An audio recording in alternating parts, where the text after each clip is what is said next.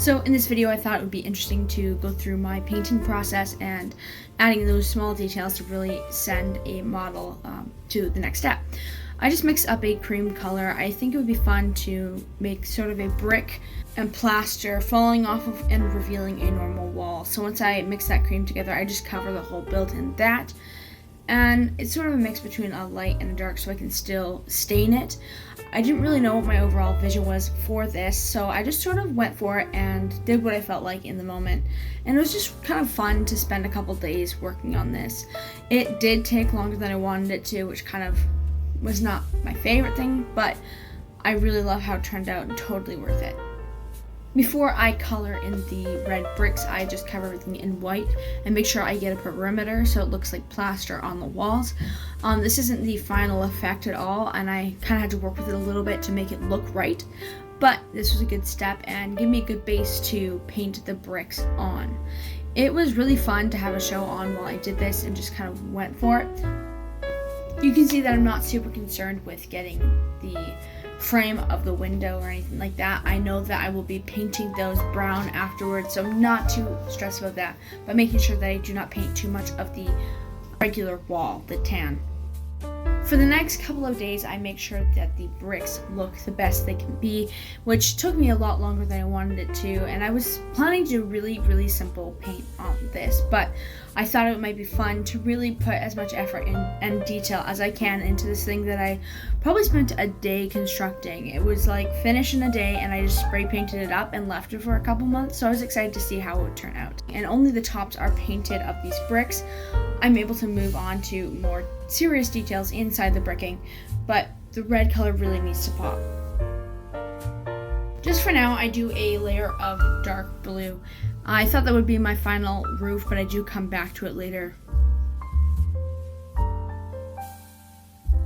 I add some stippling with just this regular sponge that I use in a lot of my other videos, and it just adds the small details and imprints on these bricks.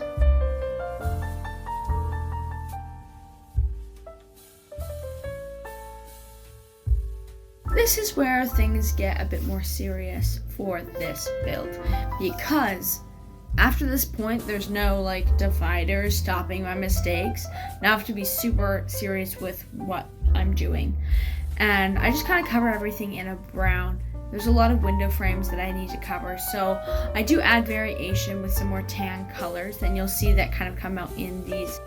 I also go ahead and color all of these beams brown as well, because I wanted to make them look like wood logs across the roof. It ends up looking really good.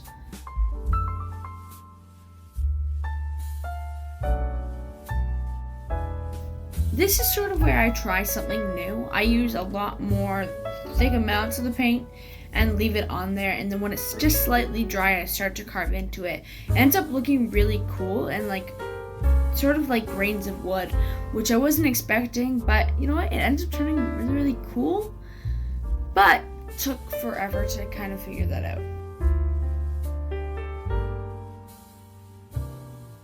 Here it is looking very pristine, but I decided to go back and really destroy it because it was not where I wanted it to be and wasn't looking fancy enough. I ended up making it look a lot more weathered afterwards, which, you know, maybe I took it a step too far, but it was so much fun putting all these layers on and figuring out what looks the best and what I can add to each other to make it look like rotting wood or just really like water-filled walls or something like that, where it was just really crazy stuff that I did. A lot of brown washes, a lot of black washes, a lot of green washes, but it ends up looking awesome.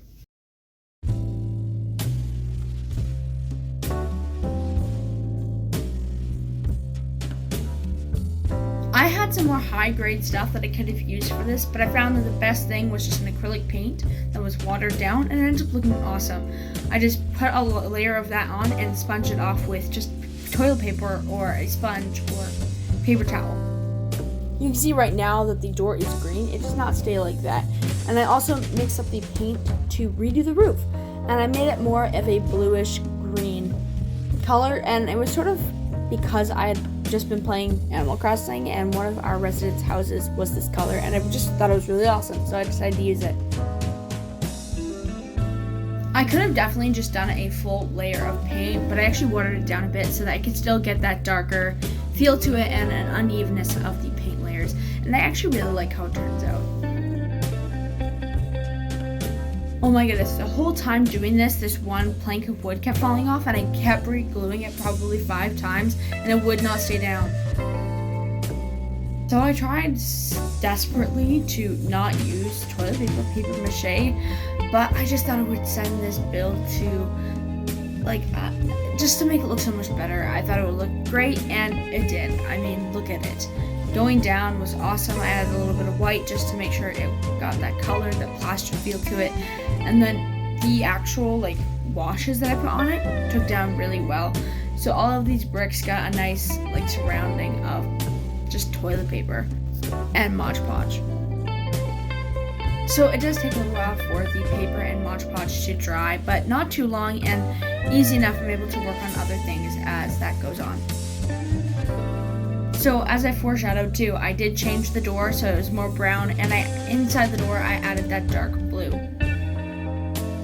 As if it were a canvas, I painted the windows white so that I could do a watercolor on them, which definitely gets drowned out a lot by black washes. Here I come back with the toilet paper and make these little blinds. It was just really easy to use with the Mod Podge. So I just, it is the thing I go to. It's the go-to material. Don't know why it works so well, but it does. And it ends up looking pretty cool when I have the window panes in. And that all gets painted up and done with like darker washes as well. So it looks a little bit more aged inside and have a more haunted feel. I just use a silicone sculpting tool to push the blind so it looks like it's been folded up and tied to the side like you see in windows. So I just thought it worked really well and was happy with the result.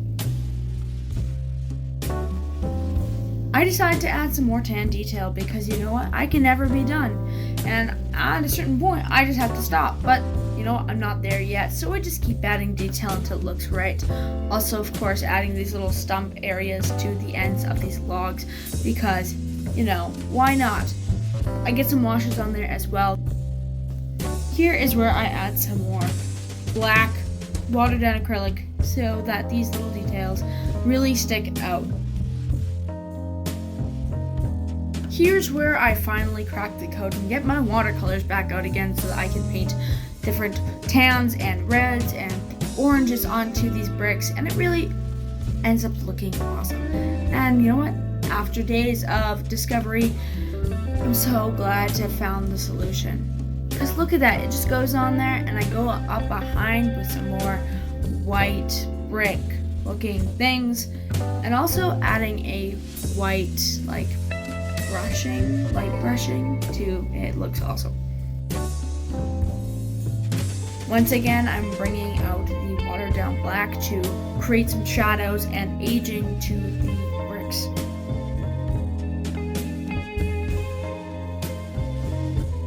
In this shot, there's a lot of heavy light brushing going on, and I have to wash a lot of it down.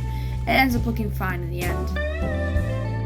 Here I use the shiny Mod Podge and just press in my window panes that I cut out just from the spare plastic I found around the house. I draw out the places that I'd like to put flocking and moss, and I just add some on there with some watered down Mod Podge as the just the glue that keeps it, the adhesive that is keeping it on there. And I just kind of go a bit overboard just putting it on there, but it ends up looking really, really nice afterwards after a couple tries of adding new colors and also different types of moss. I also tried a new technique where I make these little vines with twine and the same flocking, and it just ended up looking so good. I was so proud of that.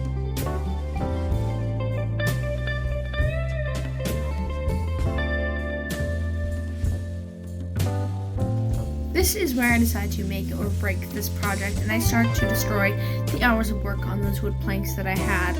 And I kind of wanted to make it look like this. Rotten wood pieces are starting to break into it and chunks are falling out, and as much as it looked terrifying as I did this because the paint job was not where I needed it to be, the end result did look amazing.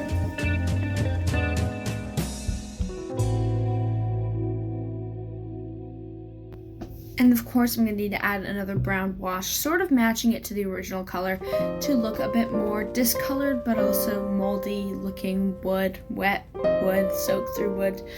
Finally, I poke holes so I can stick these pins into the frames of the windows. That was a look into my building process. Let's take a look at the final product.